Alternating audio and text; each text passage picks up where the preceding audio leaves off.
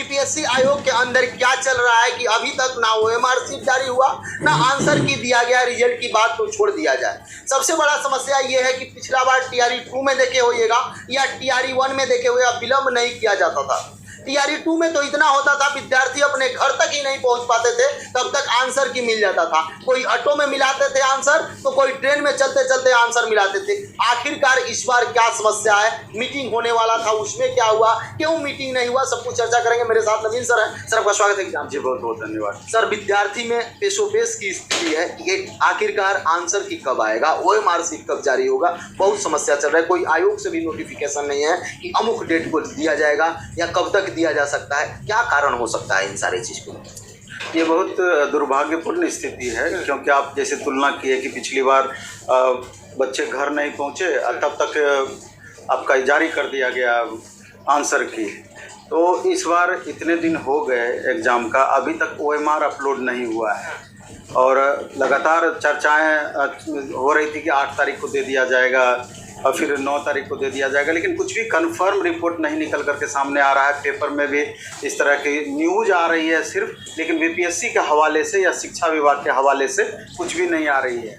तो यहाँ हमको लगता है चूँकि बीपीएससी डायरेक्ट कंट्रोल होती है सामान्य प्रशासन विभाग से या शिक्षा विभाग से, अब इंटरनल मैटर क्या है ये समझ में नहीं आ रहा है। एक तो रिजर्वेशन वाली बात थी कि जो 50% पर रिजल्ट देने की अब बातें हो रही है 65% से, तो इसमें number of vacancies category by category उथल पुथल तो स्वाभाविक है, लेकिन ये करने में कितना देर लगेगी अगर बीपीएससी चाहेगी तो। बहुत ज़्यादा इसको लेकर के तो मेरे ख्याल से दिक्कत नहीं होनी चाहिए। और रिजल्ट बनाने में भी डेटा फीड करने की बातें हैं, डेटा फीड करेगी ऑटोमेटिक। पहले भी चर्चा हुआ है, माननीय चेयरमैन सर भी चर्चा की होती है, 1 दिन का काम है, 1 दिन में हम वैसा कर सकते हैं। तो सबसे बड़ा समस्या तब हुआ जब पेपर में दिया था कि 25 तारीख से ओएमआर शीट की जाँच शुरू, पेपर में आया था। अब विद्यार्थी ये सोच रहे हैं कि डेटा तो 1 दिन में हो जाता है, 2 दिन में हो जाता है, 5 दिन में हो सकता है, लेकिन अभी इतना विलम्ब क्यों? जब आंसर की नहीं आया, ओएमआर शीट नहीं हुआ, तो जांच कैसे होगा? ये भी एक प्रश्नवाचक चिन्ह बच्चे का सवाल ये है। अब जैसे जो छात्र रिजल्ट का वेट कर रहे हैं, ज़्यादा परेशानी उन छात्रों को है कि जिनको लग रहा है कि इस बार मेरा रिजल्ट निश्चित रूप से हो जाएगा, परफॉर्मेंस भी अच्छा दिए हैं और कमोबेश 1 नंबर 2 नंबर 4 नंबर से उनको लग रहा है कि मे भी हो जाए, मे भी छूट जाए। नया पढ़ने में भी मन नहीं लग रहा है, स्वाभाविक है मन नहीं लगेगा, अंदर से टेंशन बना हुआ है। टीआरई 2 में नहीं हुआ होगा, टीआरई 1 में नहीं हुआ होगा, इस बार अपना परफॉर्मेंस को सुधारे होंगे, मे भी कि उनको लग रहा होगा कि इस बार भी मेरे साथ परेशानी ना हो जाए। तो मेरा ये कहना है कि हमेशा हम एक बात बोलते हैं कि बहुत चीज़ें, बहुत बातें आपके हाथों में नहीं होती है। आप अपना कर्म कर दिए, आप अच्छे से मेहनत किए, एग्ज़ाम भी अपने अनुसार बेहतर करने का एग्ज़ाम में भी प्रयास आप किए, आप अपना कर्म कर दिए। अब रिजल्ट जब भी आएगा, हमको लगता है कि तनाव ना लेकर के आपको दोबारा से तैयारी में आपको लग जाना चाहिए, क्योंकि पढ़ा हुआ भी रहेगा। बाय चांस रिजल्ट आ गया तो इससे अच्छी बात है और क्या होगी। अब बाय चांस खुदा न खास्ते अगर रिजल्ट किसी भी तरीके से दिक्कत हुआ तो आपका टाइम वेस्ट नहीं होगा, क्योंकि जितने सारे प्रोसेस इसमें हैं, ओवरऑल प्रोसेस जैसे ओएमआर अपलोड होना, उसके बाद फिर आंसर की जारी करना, फिर दावे आपत्ति के लिए समय दिए जाएंगे, दावे आपत्ति छात्रों की तरफ से होगा, फिर फाइनल आंसर की जारी होगा, उसके बाद रिजल्ट बनेगा। तो इतने सारे प्रोसेस में हमको लगता है कि मे भी टाइम भी लग जाए, मे भी अगस्त लास्ट तक में रिजल्ट दे, मे भी कि सितंबर में भी ये मामला चला जाए। और जहाँ तक नेक्स्ट वैकेंसी का सवाल है, ये तो तय है कि अगली वैकेंसी आएगी। अब कितनी वैकेंसी आएगी, संभावित तो 1,60,000 बताया जा रहा है, लेकिन एग्जैक्ट तब पता चलेगा, जैसे चेयरमैन सर भी बोले थे कि जब टीआरई 3 के बच्चे ज्वाइन कर लेंगे, ज्वाइन करने के बाद वेरिफिकेशन का सारा प्रोसेस समाप्त होने के बाद, तब जब हमको फाइनल पता चलेगा कितने स्टूडेंट ज्वाइन किए, कितनी सीटें वैकेंट रह गई, उसके बाद हम टीआरई 4 की घोषणा करेंगे या उसका नोटिफिकेशन देंगे और ओवरऑल सीट हम अनाउंस करेंगे। तो ये सारे प्रोसेस है, इसलिए तनाव छात्रों को बहुत अधिक नहीं लेना है, थोड़ा वेट एंड वॉच करते रहना है और अपना पढ़ाई मेरे ख्याल से कंटिन्यू रखना है। लेकिन एक मैटर जो है जिसकी लगातार हम हर वीडियो में चर्चा करते हैं, आप लोग भी लगातार इस मैटर को उठाते हैं, जैसे 1 कैंडिडेट 1 रिजल्ट वाली बात है। वेरिफिकेशन प्रोसेस में बदलाव वाली बात है। कहीं पिछली बार की तरह इस बार भी सीट वैकेंट नहीं रह जाए, उसके लिए अब APSC क्या करेगी, इसके लिए आश्वस्त करने वाली बातें हैं। क्योंकि कई सारे कैटेगरी में आप पिछली बार देखे हुआ इस तरह की बच्चे क्वालिफाई हैं, सीट भी वैकेंट रह गया है, लेकिन पूरा का पूरा वैकेंसी भरा नहीं गया, पूरा बताया गया योग्य कैंडिडेट नहीं, बताया गया कि योग्य कैंडिडेट नहीं मिले। तो किस तरह से आप अपना पैरामीटर योग्य कैंडिडेट का आप बनाए हैं, ये बात भी आपको तय करना चाहिए। TRE 1 में भी सप्लीमेंट्री रिजल्ट को लेकर कोर्ट में मामला है, कोर्ट में क्लियर भी कर दिया कि सप्लीमेंट्री रिजल्ट आना चाहिए। आप वेटिंग का प्रावधान कर दीजिए, कम से कम जितनी 87,000 समथिंग वैकेंसी है तो उसको पूरा का पूरा भरने का प्रबंध कर दीजिए।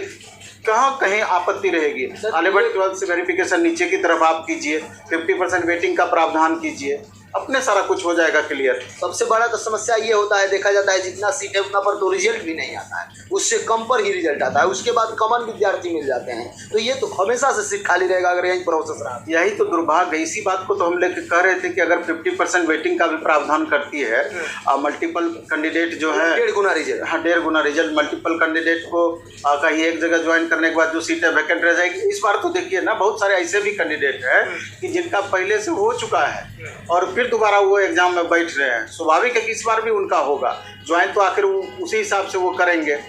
तो बातें बहुत सारी है। अब इसमें सामान्य प्रशासन विभाग क्या आदेश देती है BPSC को, क्योंकि आप BPSC से जब बात कीजिएगा तो वो डायरेक्ट इस बात को रखेगी कि सामान्य प्रशासन विभाग या शिक्षा विभाग जैसा आदेश आएगी, हम कंडक्टिंग एजेंसी है, हम इतना सारा रिजल्ट बना करके दे रहे हैं, अब आगे से जैसा आदेश आएगा उसको हमको फॉलो करना है। तो बात तो सही है।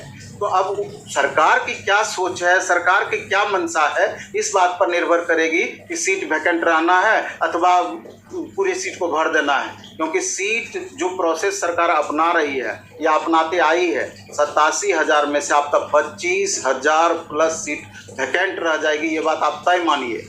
जो सारा प्रोसेस है कि इसमें मल्टीपल कैंडिडेट वाले बच जाएंगे, आफ्टर वेरिफिकेशन जो सीट खाली होगा वो बच जाएंगे, और बहुत सारे कारण होते हैं जो बाद में चल कर के बच्चे छोड़ते हैं। तो सारे रीजन्स को अगर मिला दिया जाए 25,000 प्लस सीट वैकेंट रह जाएगी। सर क्या जिस तरीक़ा से TRE 1 TRE 2 में किया गया वेरिफिकेशन जो प्रोसेस था कि रिजल्ट दिया गया, रिजल्ट के बाद ज्वाइनिंग भी करा दिया गया थोड़ा सा जांच पड़ताल करने के बाद, और उसके 6 माह बाद 2 माह बाद जांच किया गया तो कहीं से 2,000, कहीं से 1,000, कहीं से 500, कहीं से 300 विद्यार्थी बाहर हो गए। अभी तक पूरे देश में देखा जाए तो ऐसा कहीं भी ज्वाइनिंग लेटर नहीं होता, जब तक वेरिफिकेशन ना हो जाए तब तक ज्वाइनिंग नहीं दिया जाता है। यहाँ 2 साल के बंधन पर ज्वाइनिंग दिया जाता है। सर इससे भी बहुत बड़ा नुकसान है। ये तो एकदम गलत प्रोसेस है, एकदम समझिए कि ऐसा प्रोसेस कहीं पर भी नहीं है।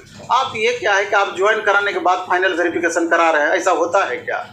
बिहार में होता है, बिहार टीचर वाले में ही होता है। ये एकदम गलत प्रोसेस है। कहीं ना कहीं ये सारा कुछ जब आप देखिएगा ना तो लगेगा कि कोई सोची समझी साजिश के तहत इस तरह का काम किया जा रहा है, एकदम सोची समझी साजिश के तहत। यहाँ तो बड़े बड़े दिमाग लेकर के वहाँ बैठे हुए हैं, उस तरह के माननीय चेयरमैन सर या IAS अफसर सब बैठे हुए हैं बड़े बड़े दिमाग को लेकर के। तो कहीं ना कहीं लगता है सरकार की तरफ से दबाव तो नहीं बनाया जाता है कि आप बताइए कि अगली वैकेंसी में कैसे मेरा सीट बढ़ेगा, क्योंकि प्रोसेस वही है, प्रोसेस वही है। आप देख लीजिए ना, नहीं तो बदलाव करने में क्या दिक्कत है। आप जितनी सीटें वैकेंट, जितनी वैकेंसी आप निकालते हैं, आपको भरना चाहिए कि नहीं? पूरी सीट पूरी भरना चाहिए, और आपको अच्छे से मालूम है कि कितनी सीटें वैकेंट रह जाएगी। सर एक प्रश्न आप बोले कि आरक्षण को लेकर या उधर से कोई आदेश नहीं आया है जिसके कारण से रिजल्ट भले रुक सकता है, उसके कारण से, या कोई आदेश आएगा तो रिजल्ट, लेकिन आंसर की OMR इससे क्या प्रभावित होगा? नहीं, सरकार की इच्छा शक्ति का कहीं ना कहीं अभाव है, यानी बहुत सीरियस इस मैटर को आप नहीं ले रहे हैं। नहीं तो अगर सीरियस लेते तो कैसे पहले सेम डे में निकल जाता था आपका आंसर की, सेम डे में क्वेश्चन पेपर अपलोड हो जाता था, आंसर की निकल जाती थी, इतने सारे प्रोसेस, रिजल्ट इतना जल्दी दे दिया जाता था। एस्टेट देखिए ना, 72 घंटा में रिजल्ट, 72 घंटा में एग्जाम एस्टेट का। तो मतलब जो बिहार स्कूल एग्जामिनेशन बोर्ड को इतना सुस्त बॉडी लोग समझता है, वो 72 घंटे में एग्जाम कंडक्ट करवा सकती है। यहाँ BPSC तो अपने आप में इतना एक्टिव बॉडी है, लेकिन इस बार उसका भी अभी तक रिजल्ट नहीं आया है स्टेट का। बोला जा रहा है कि 10 तक देखा जाए, क्या उम्मीद है 10 को आ जाए? बच्चे तनाव नहीं है, लेकिन रिजल्ट उसका भी आ जाना चाहिए था समय पर। तनाव में इस बात को लेकर के है कि इस बार एस्टेट कब होगा, जबकि अगस्त में एस्टेट एनी हाउ निकलना चाहिए था। अभी तक सुगबुगाहट नहीं है, बहुत बच्चे वेट कर रहे हैं कि अभी तुरंत एस्टेट आ जाती और एस्टेट का जल्दी रिजल्ट दे देती तो हो सकता है कि TRE 4 हमारा पकड़ में आ जाता। बहुत सारे बच्चे जो 22-24 का पास आउट है वो बच्चे एकदम वेट कर रहे हैं, क्योंकि उनको भी तो लगता है कि एक भी अच्छी वैकेंसी हमारी पकड़ में आ जाए, क्योंकि आगे किसी को भरोसा नहीं है कि कितनी वैकेंसी आएगी कि नहीं आएगी, बहुत सारी बातें हैं। सर, क्या TRE 3 राजनीति का भेंट चढ़ सकता है और TRE 4 में और विलम्ब हो सकता है? मेरे ख्याल से तो ऐसा नहीं होना चाहिए, क्योंकि एक्टिव होगी तो तुरंत नेक्स्ट प्रोसेस हो जाएगा। और जिस हिसाब से माननीय मुख्यमंत्री जी अपने ट्विटर हैंडल पर इस बात को दे चुके हैं कि 1,60,000 वैकेंसी हमको देना है, जिसमें 26,000 सिर्फ कंप्यूटर शिक्षक की भी चर्चा की है, तो हमको नहीं लगता है कि वो इसके प्रति। दोस्तों, आप लोगों ने स्पष्ट रूप से सुन ली पूरी बात कि नवीन सर ने क्या कुछ कहा। उनका स्पष्ट रूप से कहना है कि जो आपका TRE 3 है उसका रिजल्ट आपका जल्द से जल्द अब आएगा। वो MRC डाउनलोड को लेकर और तमाम मुद्दों पर उन्होंने स्पष्ट रूप से बातें कही और स्पष्ट रूप से अपनी बातों को रखा। तो कहीं ना कहीं एक अच्छी खबर है। वीडियो को शेयर कीजिए। लेटेस्ट अपडेट के लिए चैनल के माध्यम से लगातार बने रहिए। दोस्तों, इस वीडियो में इतना ही। धन्यवाद। जय हिंद।